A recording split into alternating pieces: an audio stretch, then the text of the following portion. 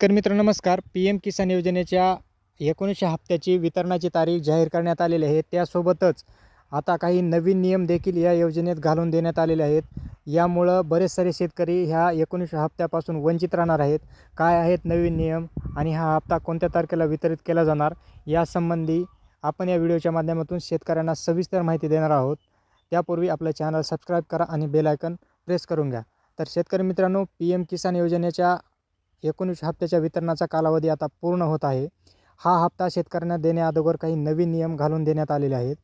या P M किसानच्या हप्त्याच्या वितरणाअगोदर एक समिती गठीत करण्यात येणार आहे आणि या समितीच्या माध्यमातून पी एम किसानच्या लाभार्थ्याचे अर्जाची पडताळणी केली जाणार आहे आणि ही पडताळणी करून कुटुंबातील एकाच व्यक्तीला म्हणजे पती किंवा पत्नी आणि 18 वर्षाखालील जी काही मुलं आहेत असं एक कुटुंब आहे.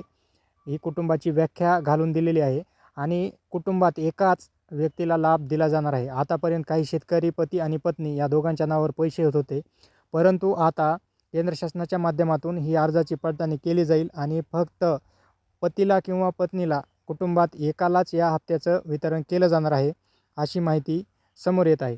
आणि या पी एम किसान योजनेच्या 19 हप्त्याचं वितरण आता फेब्रुवारी महिन्याच्या दुसऱ्या आठवड्यात केलं जाणार असल्याची शक्यता वर्तवण्यात येत आहे. मित्रांनो, माहिती आवडल्यास आपलं चॅनल सबस्क्राईब करून घ्या. धन्यवाद.